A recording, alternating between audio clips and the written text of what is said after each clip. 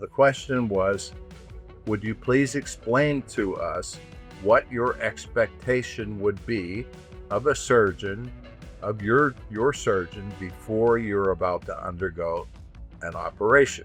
One man gave us the magical answer, and that was our case right there.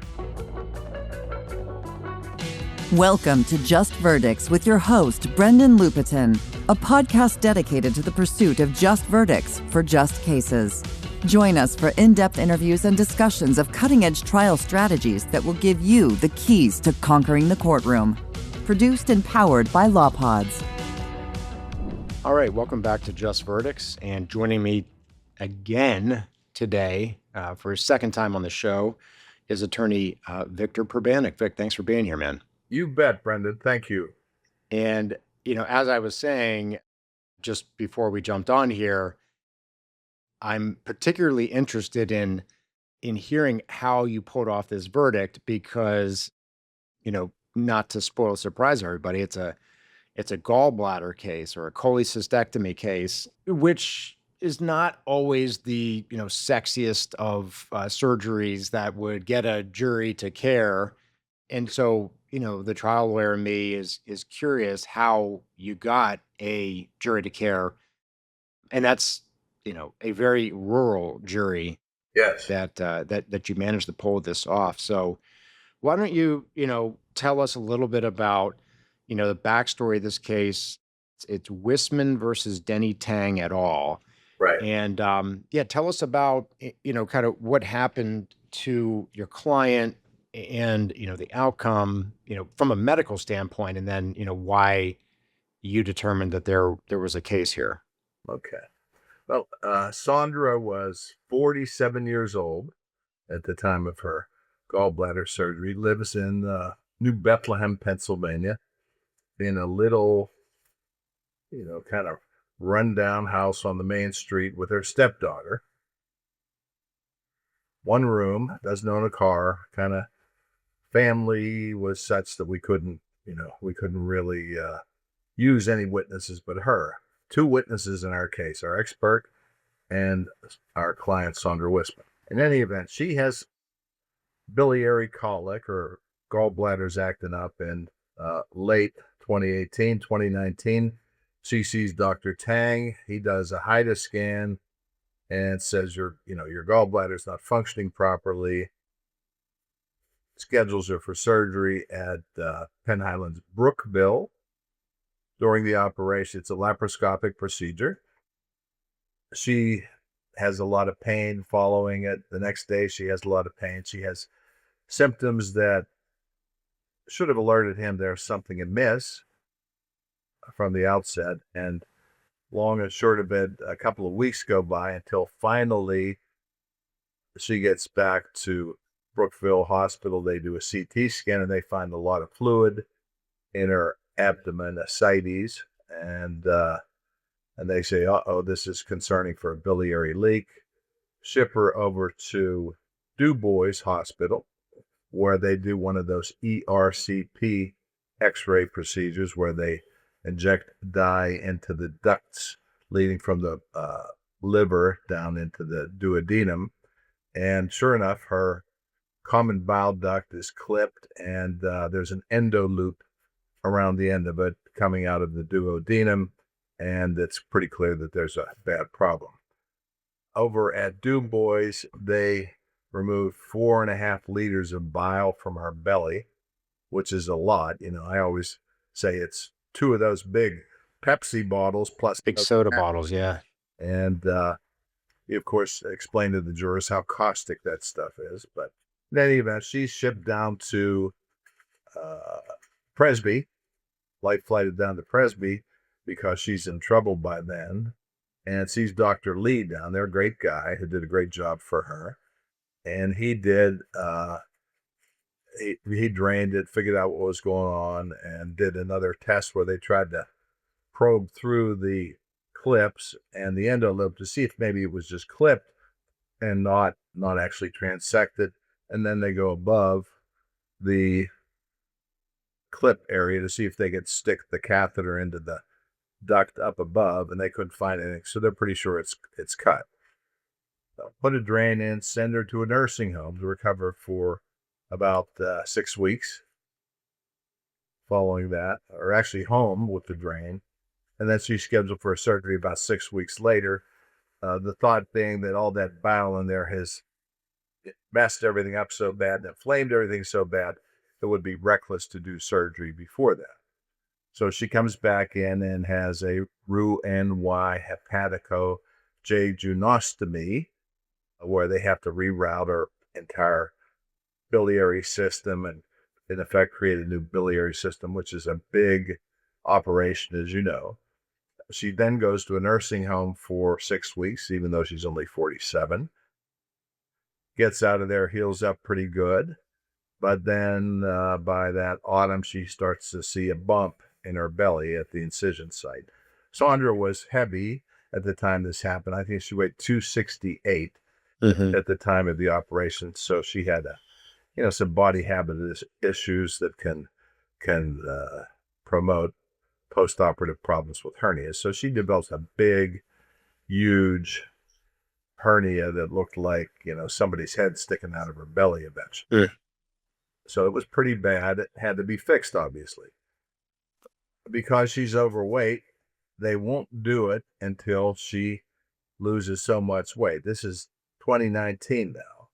And it took her 5 whole years to get down to the correct body mass index to have her hernia repair done, again by Dr. Lee and a plastic surgeon.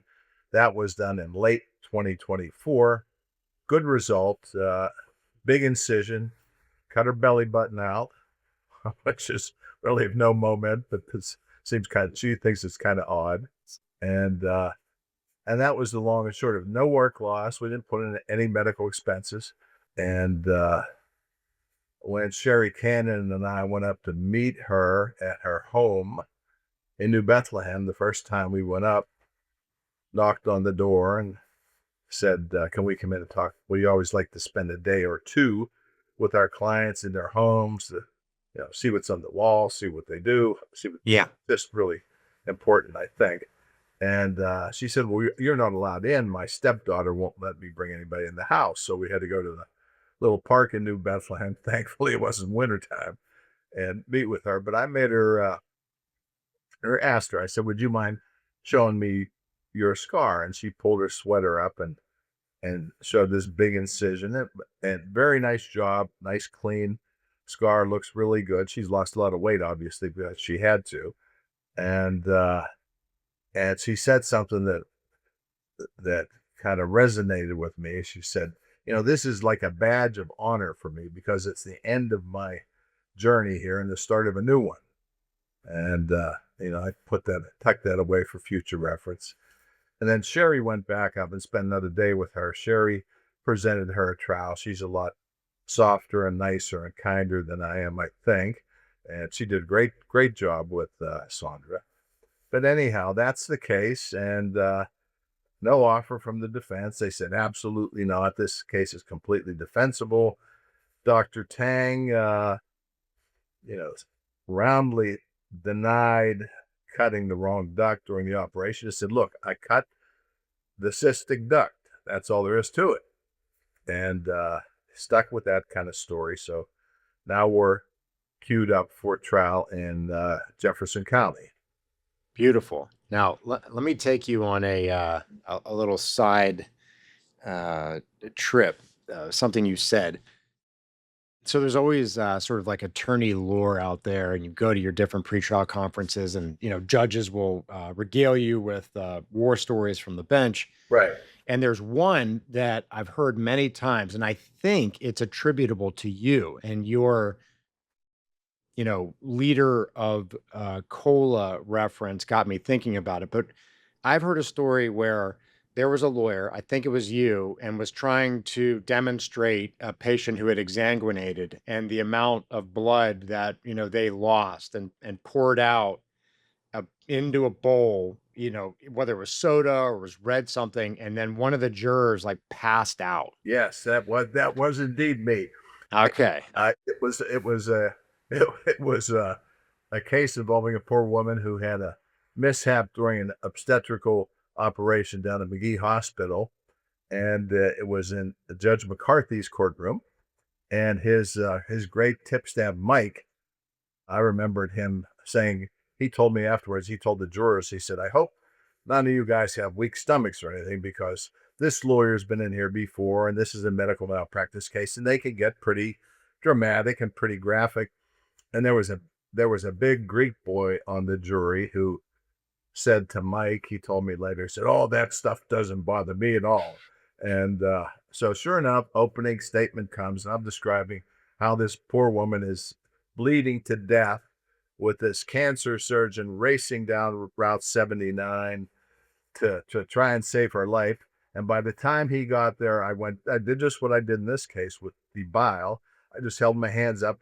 By the time the surgeon got there, she'd lost two of those big giant Pepsi bottles full of blood, and bam, this poor boy went right out of the chair, stone cold, completely out. His glasses went flying up, and the paramedics came, and the defense is screaming for a mistrial and whatnot, of course. And they have him come to, and they said, "Were you taking drugs?" "No." "Are you diabetic?" "No." He goes, "No." He's laying back in his juror chair. He goes, "No, it was the remarks." Amazing. That's funny. They Um, settled the case after that. yeah, no, I mean, how could you not with something Yeah. so dramatic? But all right, great. Now that I know definitively that was in fact your trial story, I can permanently lodge that away, and the questions have been answered. So back to this case, okay? You know, and just anatomically, you've got the gallbladder, and it's always drawn green. I can't. I don't think is it. I don't think it's actually green necessarily when they get in there. I thought it's always kind of Blue blue. green, unless it's Yeah, thick. Yeah. yeah. So the pictures, and I don't know if that's just to show the distinction with the liver that's always brown, but it's always a green gallbladder. But so the gallbladder connects to the biliary system by the cystic duct. Right. Okay, and that's essentially where the bile exits into the common bile duct, right? And so to remove this gallbladder out there when the person develops cholecystitis for one reason or another, it's the doctor has to clip and cut that tube, the cystic duct running from the gallbladder to the common bile duct. Now, sounds simple, and we're going to take a look at a really cool demonstrative that you had created for this case, which I think is so cool. But the reality is, and I wanted to guess at a couple of the defenses is, it's kind of most of the times. I mean, when you look at the actual surgeries, it's somewhat messy in there. Sure. There's all kinds of stuff all over, kind of covering the gallbladder and covering the cystic duct and the bile duct and everything. And so typically that becomes part of the defense, or there's scarring, or they always like to go with the aberrant anatomy. Right. They had unusual anatomy that created an illusion of where the cystic duct was versus the bile duct. But I think it's interesting here that when you knew definitively that the common bile duct had been Clip. cut. Yeah. Oh wait, was it the common bile duct or was it the common hepatic duct? Well, the common hepatic duct was cut, and the common bile duct was clipped. At least it appeared to be the common bile duct was clipped and had an endo loop around it. And I'll explain that when we get to the trial Yeah. case through.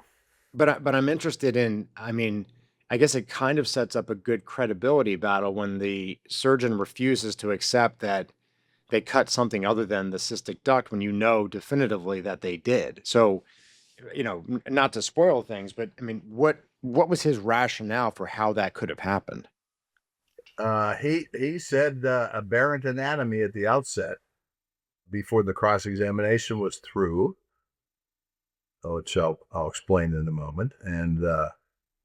But ultimately, and his expert was prepared to say that she had the common variant of an absent or so short cystic duct that it was so anomalous that it tricked the doctor into cutting the wrong duct. Right. Or, and I think one of the sort of interesting parts about it is I haven't had a Coley case in a while, but I feel like it's something like 33 to 40% of people have what they would consider aberrant Yeah, anatomy. So aberrant anatomy is almost normal anatomy. Like it's to be expected that really is. it's not going to just look like the photographs or the photos we No, see on Google Images. not by a long shot.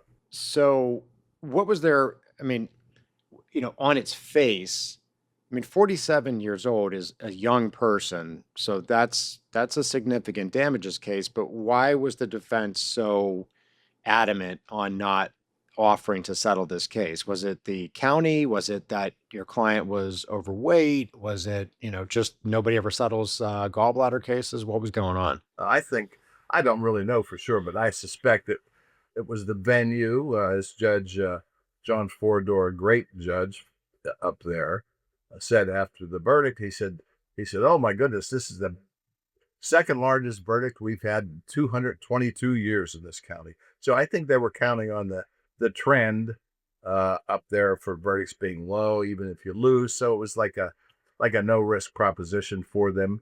Our client was overweight. They look askance at people like her. They always do. And our client was not a country club person. She was kind of down and out and had troubles. Wonderful woman, but life had not been as kind to her as it's been to some others. So that overall presentation, the defense is just banking on that this is going to just be another defense verdict, Yeah. and we'll let it roll. So let's talk about because I think that this. I mean, do you want to get into this image at this point? Yeah. Because I think it's 1 second. I want to tell you a yeah. couple of things that I think are important for you and all of our colleagues that do surgical cases. Judge Foradora allowed us to submit some voir dire questions. He did the usual routine things about, the common questions. And then we were permitted to get up, stand in front of the whole panel in the courtroom, and ask our questions. One of the questions that I used, and I can probably thank Alicia Campbell and my brother Ernest for this. He was talking with her about a case another case at the time, and she volunteered this, which she had experienced to be a great question in surgical cases for voir dire. And the question was, would you please explain to us what your expectation would be of a surgeon, of your surgeon, before you're about to undergo an operation? So I asked that question. One fellow in the back says, "I'd want him to get in there, cut me open, get in there, fix me, and get out." A couple of other people said various things, but one man gave us the magical answer. He was in the back, didn't end up getting on the jury, but exposing the whole panel to it was just as good.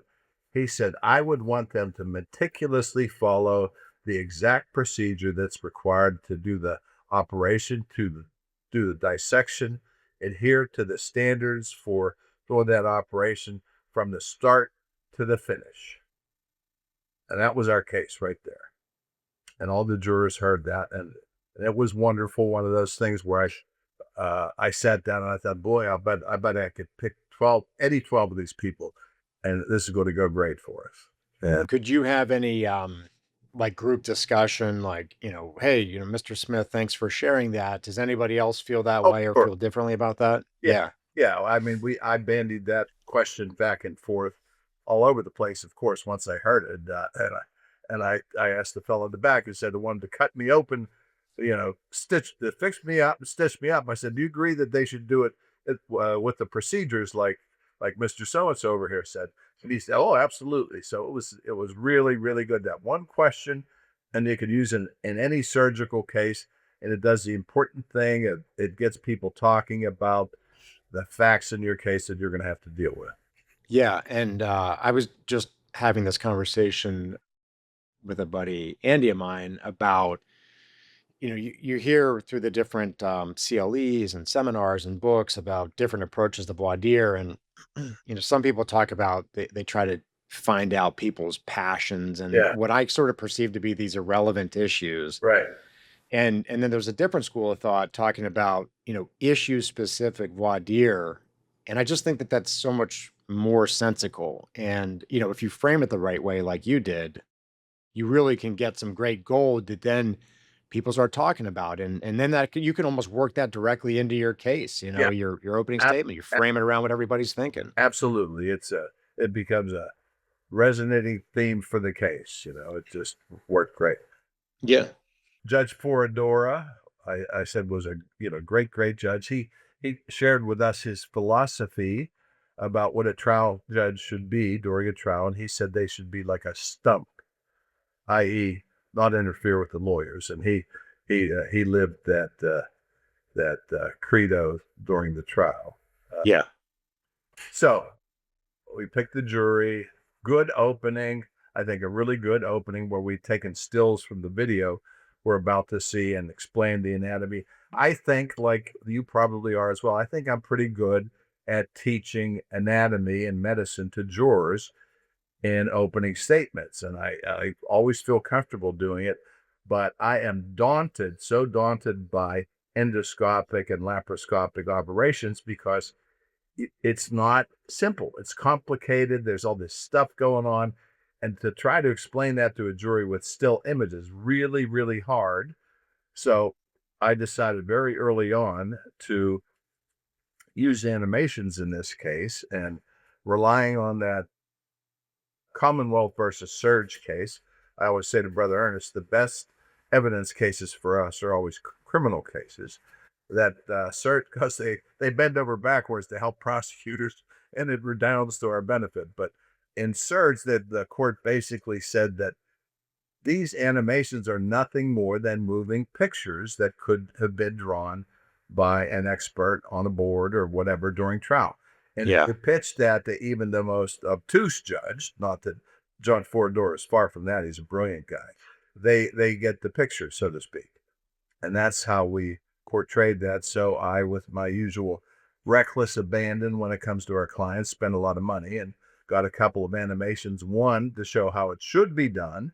And then we did a second that I haven't sent to you that was linked to certain facts that we could prove conclusively from the medical record about how it was done wrong and why it was done wrong by the defendant.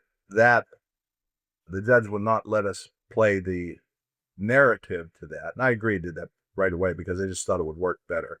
But he'd let us play the narrative, which we're not going to hear in the first video, based on the representation that they were the experts' words put into this computer voice that narrates the movie. And it sounds pretty damned authoritative whenever you watch that video and you hear that voice, like you're hearing, David Attenborough, who had just turned 100, narrate this movie.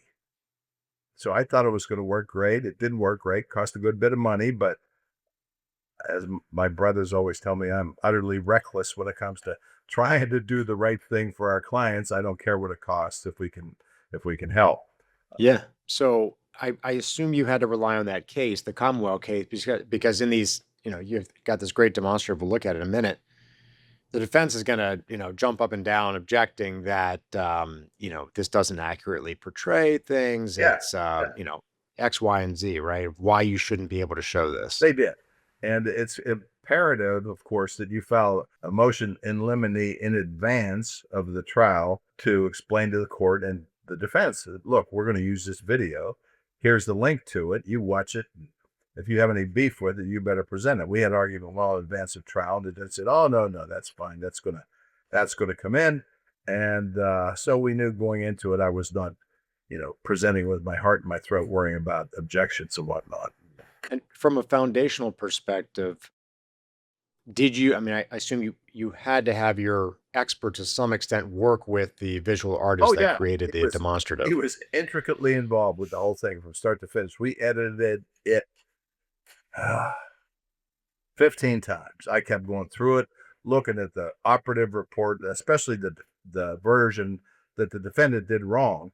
And I said, we can't put anything in here that's not linked to a medical record, an image, an ERCP. CAT scan, whatever, that you could point to and say, this is why this is here. The defendant used 3 trocars instead of 4, which is done, but it can complicate things. So, but on the imaging, on this demonstrative, there was a narrating voice, and were you indicating that the narration was essentially verbatim of your expert narrating what we see on the demonstrative? Yes, exactly. So it was certainly less objectionable, but I liked it because it has the patina of authority when they hear not our expert's voice, but some TV voice talking about all these things they're going to see. So let's take a look at the video here. So this is a overview of the anatomy. Liver up above the green gallbladder, blue-green gallbladder, and the omentum, that kind of fatty stuff laying up against the abdominal wall. And these are trocars going in, 4 trocars. We had one in the courtroom for the jurors to feel and see and touch. These are called graspers, that they go in and they grab the organs with after they blow the belly up with CO2. Hard concept to talk about without this video. And that's grasper A, grasper B. And we're going to see that these graspers are used to do 2 things. Lift the liver up. Grasper A is used to lift the liver and the gallbladder. And grasper B is used to pull the tissue to the left so the dissection can occur with another of the trocars. That is the hepatic triangle, or the hepatocystic triangle, that's called various things, and that depicts the anatomy. That shows the clips going on, and the correct duct and correct artery being cut, and the liver or the gallbladder removed from the liver bed with electrocautery. Bile duct remains intact. Everybody's happy, and the patient is healthy. Now the video is going to go on that says that that's not what's supposed to happen right there. That would be the common hepatic duct above the takeoff of the cystic. And here's the explanation of how the surgeon can avoid doing that every time. Critical view of safety. Great term for plaintiff trial lawyers. Absolutely. Ensures proper identification of the ducts before cutting. We'll see grasper A there. Grasper B is going to come in and grab that's the illustration of the target area, if you will. Grasper B pulls it to the left. And this is all covered with fat, as we see here, and tissue. So you have to be very careful and meticulously dissect enough of the anatomy to clear the hepatocystic triangle so you can see what the cystic duct is and what the cystic artery is. That is a Maryland dissector coming in on the right that's used to clear the tissue. Now we see the artery and the duct clearly, but covered with fat, as they would be. You dissect the lower third of the gallbladder with electrocautery, which we see coming in here. So you can pull it even further to the left to make 100% sure that before you cut anything, there's only 2 structures going into the gallbladder, the cystic duct and the cystic artery.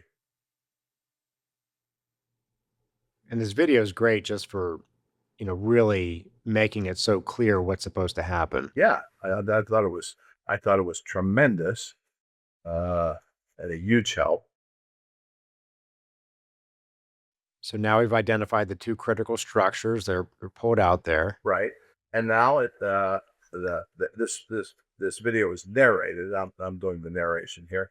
And now we're going to see that you can safely clip the cystic duct with usually 2 clips on the lower end of one with the gallbladder that's going to be removed. Then you can cut them.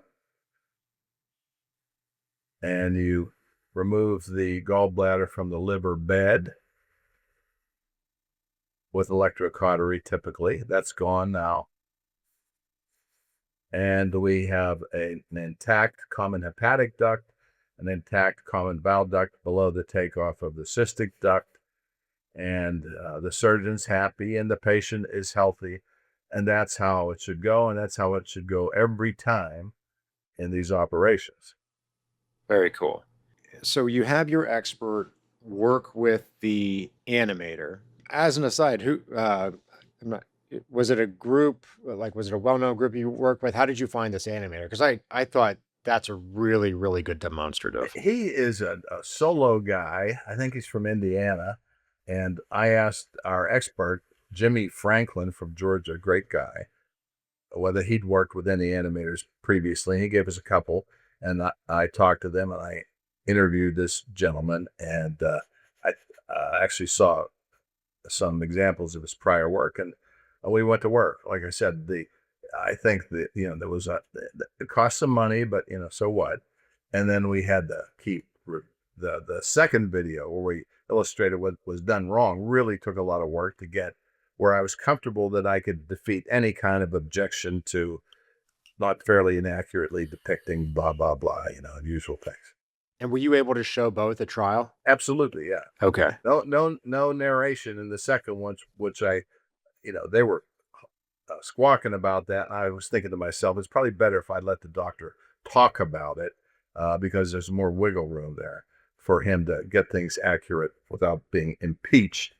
And then did you have, who was controlling the animation if you wanted to stop it to point something out? We had our great trial consultant, Matt Diadigo, that I've worked with. The man. Well, love Matt. Yeah, many years. And he's helped me through, I don't know how many opening statement PowerPoints and closing argument PowerPoints. And, Matt is Johnny on the spot, and he's as fluid and intuitive and smart as anybody I've ever met in the courtroom. And he did a really, really great job. His comment on the outcome of this case, by the way, that he thought it was a most satisfying result after watching the whole trial. Awesome. Yeah, that's great.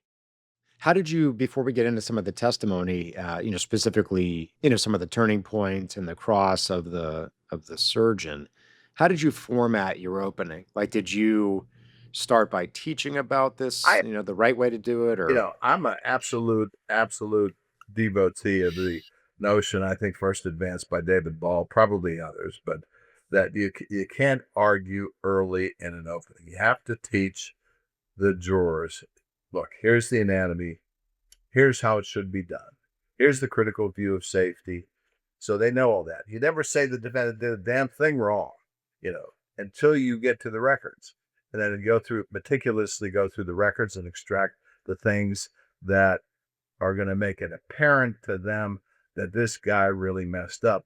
And if they come to that conclusion themselves, the light bulb goes off in their own minds, not some untrustworthy, slimy plaintiff's lawyer telling them the doctor did it wrong. Way, way, way more powerful. So that's how I structured this case, and I do in virtually every medical case, because I just think it makes neuroscientific sense, it makes persuasive sense, and I love teaching medicine to jurors. It's kind of fun to teach them all about this stuff. And the great thing about having the video, I had stills that we could pull from the video all along and teach the whole thing beautifully. And then whenever the video was shown, it really reinforced that. I got a lot of objections about, I got a pretrial motion from the defense that I should be prohibited from using medical records, images, anything in the opening statement. And the defense lawyer from near Philadelphia or whatever said, I've been practicing for 38 years and I have never lost one of these motions. Well, he lost this one. Oh, there's a first time for everything, right? Yeah. Did you show stills of the video that shows the wrong way or what the doctor did as well? Yeah, absolutely. Yeah. Yeah, that would make sense. Important to show, right way, wrong way. Yeah. And the outcome. Yeah. Yeah. So how did you structure your order of proof? Like who did you call first? And, how did that all play out? Did you, the question every med mal lawyer debates, did you call the defendant in your case in chief, or did you wait to cross them in their case? Well, I didn't call him. No, absolutely did not. I called defendants only if I'm in desperate straits. I'm sure I can kill them in a question or two. Otherwise, to me, it's a needless risk. Yeah. But that's my feeling. Sometimes I think the trial lawyer ego gets in the way of efficiency. They think, well, I'm going to call that defense doctor up there and destroy him, and I'm going to win my case with the first witness. And sure, that can happen. Sometimes it's going to happen. And if that's the case, you can do it. But otherwise, I think it's if you have a good, solid case, it's best avoided because it can be calamitous. Probably. Yeah. Knock on wood. I haven't had that experience. But anyhow, here's how it went. 2 witnesses for the defense, 2 witnesses for the plaintiff. 2 total witnesses? 2 total witnesses. Wow. Okay. Wow is right. Love it. Streamline. Yeah, I'll say, which is good. I love quick trials. Me too. They're 100%. They're a lot less painful to us, and I think the jurors appreciate it. They give totally me an agree. idea of the tenor of this trial, Brendan, as a brother who struggles in the courtroom. I'm doing my opening statement. I'm clicking along, feeling really great, thinking this is a damn good opening statement. I'm going to crush these guys. And I'm about 35 minutes into it, and I hear the voice of doom behind me. Your Honor, objection. And I'm like, what could I have done?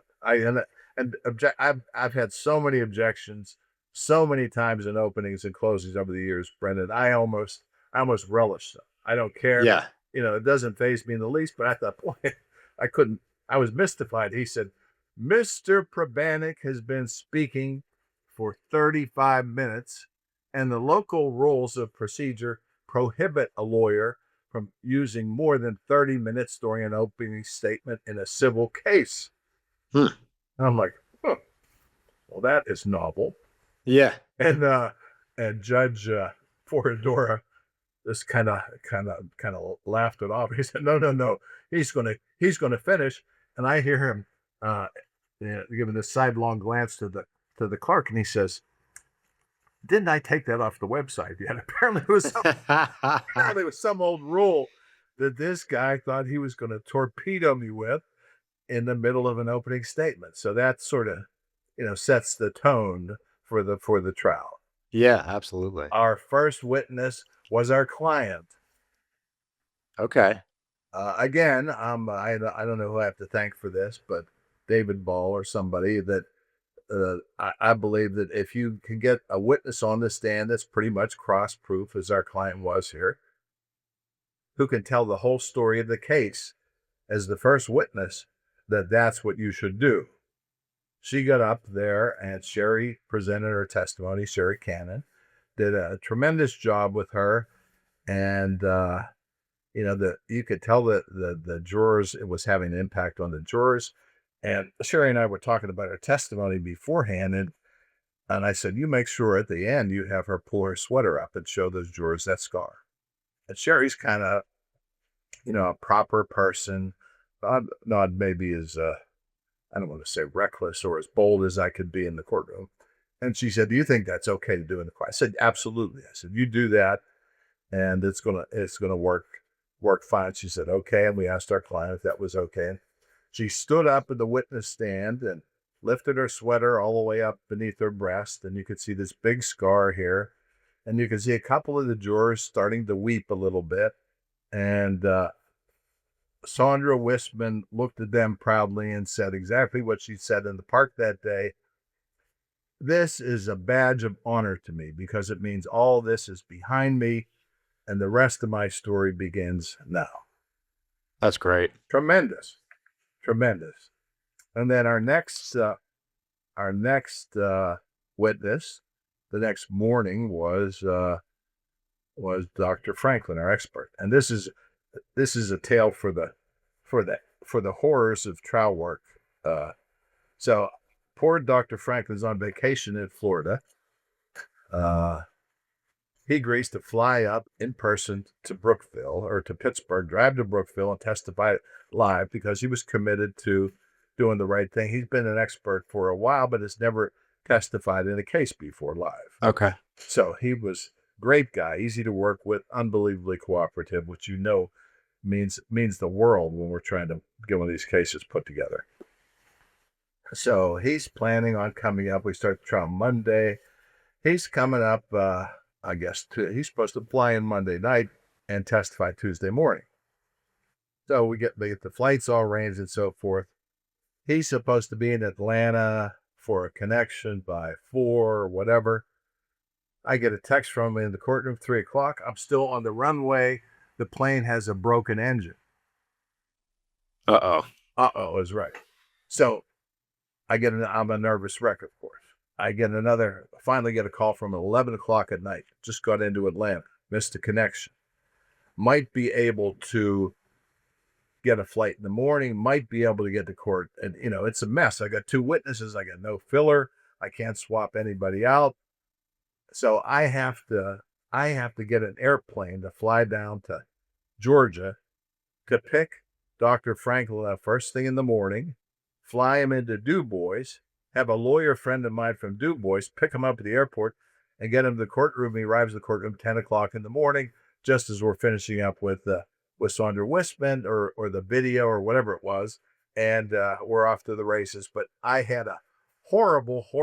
I felt like Paul Newman in The Verdict, Brendan. Like, holy hell, this whole thing is going to fall apart. Unreal. Yeah. Just logistically, how did you get a plane down to Georgia to get him? I just hired an airplane from a leasing service. I said, I need somebody picked up at 5:30 a.m. first thing in the morning. It was not easy, but it got done. Wow. Amazing. What are you going to do? Beg for mercy?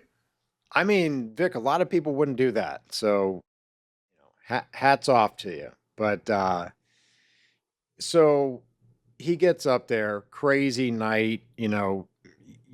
You're on edge with the scheduling stuff, which is, I think that's the worst part of trial is scheduling and worrying about, are people going to show up on time and all this kind of stuff. I knew you would empathize with the horror of that situation.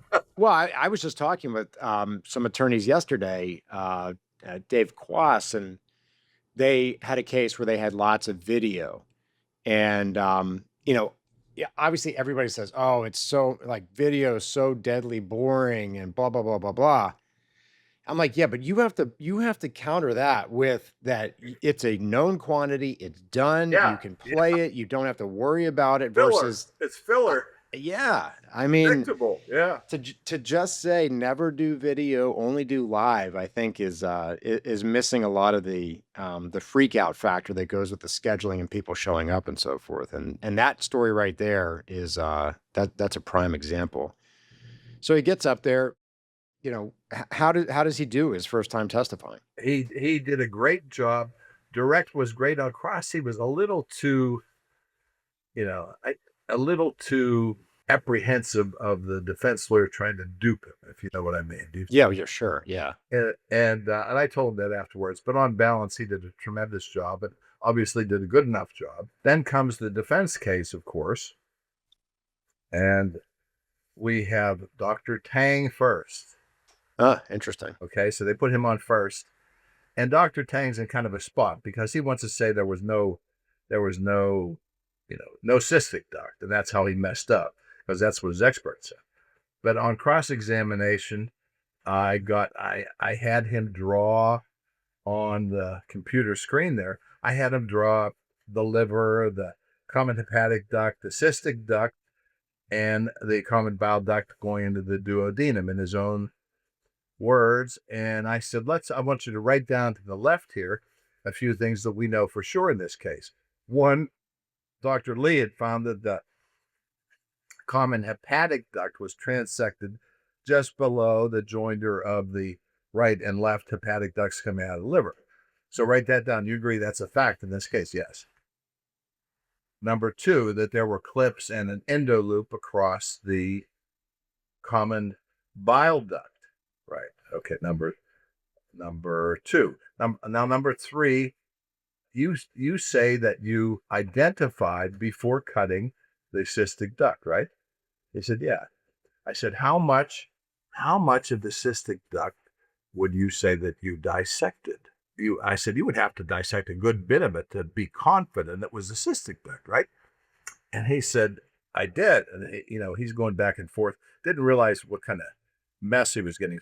So he eventually agrees that he had dissected at least 1 inch of the cystic duct. All right. Which makes it impossible to do what he said he did. And I had him write that down. Number 3, dissected out at least 1 inch of cystic duct. And I have this nice diagram that Matt saved for us with these 3 things that Dr. Tang's own handwriting. And let it go at that. And, I think it was clear to the jurors that it couldn't be true, because if he'd done that, he never could have done what he did based on his explanation. So the clever defense lawyer is hiding the defense expert in the lawyer conference room. All right. He doesn't see Dr. Tang testify. He has no idea what Dr. Tang has said. He gets up on the witness stand. This fancy, expert from some fancy hospital in New York City has testified all over the place, blah, blah, blah. He gets up there and says, ladies and gentlemen of the jury, this happened because Ms. Whisman had either no cystic duct at all, or it was so short, it was completely indiscernible. Uh-oh. So I hear the guy who happened to end up being the jury foreman in the front row goes, oh, and he proceeds to testify. And I put the drawing up that I just had Dr. Tang do, thinking I was going to use this with this character. And I said, did you know Dr. Tang testified to this? And you see where it says right there, dissected out at least 1 inch of the cystic duct? He goes, I see it. He goes, I don't know what Dr. Tang said. And it just was downhill from there. Oof. Brendan, he had testified for plaintiffs in the laparoscopic cholecystectomy cases previously, and said that he could not envision a circumstance under which you could transect, not just injure, transect the common hepatic duct if you did an appropriate dissection without being negligent. And I've got 10 transcripts laying around. I put them all around on the rail, on the podium. And I said, Dr. Lightman, I said, isn't that true? And he said, I guess I did testify to that. I said, I have transcripts from all over the country where you've testified in cases like this. And I don't want to have to go through them all, but I got this far from recanting his whole testimony, and the jurors knew he should have. The jurors knew he should have. He could never explain, what it was. He just stuck, well, it's too short. The poor guy's all red and a mess. And one of the other things was they asked him about the fact that the operative report dictated by Dr. Tang didn't adhere to a sequence which would admit of obtaining the critical view. Safety cut the artery first and then the duct and so forth. And he said, well, you don't have to put everything you need to do in the operative report. And here I have a case where he testifies that the operative report is the very best record. It gets to be reviewed by the surgeon afterwards, and it's what every healthcare provider relies upon, and it must be completely accurate, completely in sequence. He said, for goodness sake, that's why they get to review it and sign it and say, this is my operative report, and this is just how it was done. And that was the end of the defense expert. Good way to roll into closing. Yeah. And the closing, with this revisited things, and the challenge is everywhere in Pennsylvania, of course, is to how do we get a jury to properly compensate somebody for completely intangible pain and suffering harm that you can't put a number on. And again, I'm gonna have to thank Alicia Campbell for reminding me of the old saw that I used in this case. I think lawyers think this is a new thing, but it's really a very old one. And that is that Man in Black argument that you I love that. that you use at the end of the case. And that's not a new thing. It's a very old thing and I was thinking, I mean, how do you make all these, not little things, but this sequence of a mess that this poor woman went through for, 5 whole years of her life trying to get fixed from this mistake the doctor made. And, I talked about the man in black coming to the door and whatnot, and then explained in excruciating detail when he said, nobody in the world can do anything about this, but something's going to happen to you tomorrow. And this is what's going to happen. I listed that whole catalog of things. You're going to go to a nursing home, even though you're 47. You're going to have this giant mass come out of your belly that it's so embarrassing you won't even go out public, and blah, blah. You're going to have to lose all this weight, the whole thing. And then ask the jury at the end to imagine what he could offer her to trade money for what she was about to go through. Imagine the numbers that he would offer. Imagine what a fair trade would be for Sandra to endure all that willingly. What would it have to be? Love it. Yeah. Anything else noteworthy about the closing? No, it's just the case went in really, really well. The jury deliberations were kind of interesting. After an hour, the jury came in. We had 3 questions. Was Dr. Tang negligent? Was it a factual cause of harm? 3, what are the damages? After about an hour, they sent a note to the judge. God bless them for alleviating the strain for me. They said, Your Honor, we've answered yes to questions 1 and 2. Can we order our lunch so we have some food to talk about the damages? And the judge ordered pizza for everybody. And for the first time in my now long career, bought pizza for all the lawyers. So we had a pizza and a Coke. And I even had an appetite because of the first 2 questions were favorable. So, of course, we're expecting we're going to win something, but I don't know what. And I approached the defense lawyer because I always try to, see what's out there. I said, why don't you guys, settle this case, tender it to the M-Care Fund or whatever. Yeah. He said, well, I'll talk to the adjuster. So he comes to us after a little while and says, last and final offer, $375. Oh, yeah. Yeah. And we talked to our client, and she said, no, I would like to hear what the jury has to say. Yeah. Unbeknownst to me, kept lobbying Sherry Cannon and the client outside my presence to take that because they would never get more than $250 in Jefferson County for a case like that ever. And they rebuffed all that. But Sherry was a little bit annoyed that he was behaving in a way towards her that he never would have toward you attempted towards me. And after a couple more hours, the jury came in. Brendan, then you'll get a kick out of this. The machinist I wanted to put on the jury because I was confident he could figure out the anatomy and I thought he was a good guy for that. He's the foreman. He stands up, hands the verdict slip to the clerk, and the judge says, well, read the verdict. And she says, this was a surprise. Shame on me. First question. Do you find Dr. Tang was negligent? 11-1. 11 yes, 1 no.